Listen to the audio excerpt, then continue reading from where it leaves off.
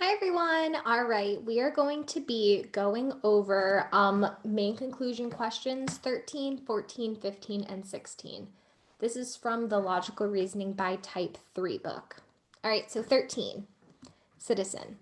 The primary factor determining a dog's disposition is not its breed, but its home environment. A bad owner can undo generations of careful breeding. Legislation focusing on specific breeds of dogs would not address the effects of human behavior in raising and training animals. As a result, such breed-specific legislation could never effectively protect the public from vicious dogs. Moreover, in my view, the current laws are perfectly adequate. All right, so as I'm reading this sentence, the first thing I want to do, especially for a main conclusion question, is to underline the conclusion. So for me, I believe that the main conclusion is, as a result, such breed-specific legislation could never effectively protect the public from vicious dogs.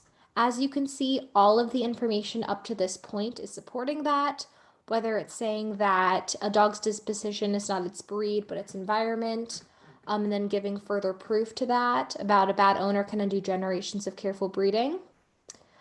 And then we have legislation focusing on these breeds of dog would not address the effects of human behavior. So more proof about it's not the dog's breed, but its home environment that controls its disposition.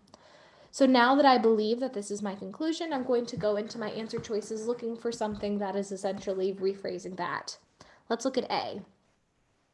The public would not be effectively protected from violent dogs by breed-specific legislation.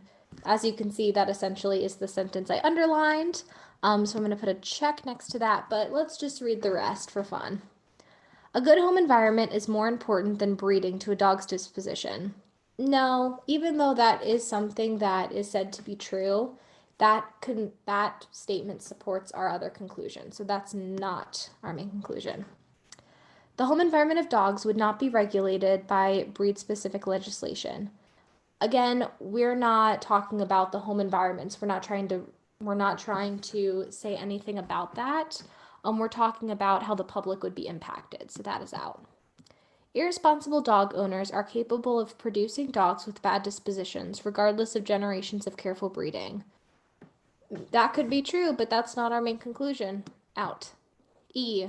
The vicious dog laws that are currently in effect do not address the effects of human behavior in raising and training dogs.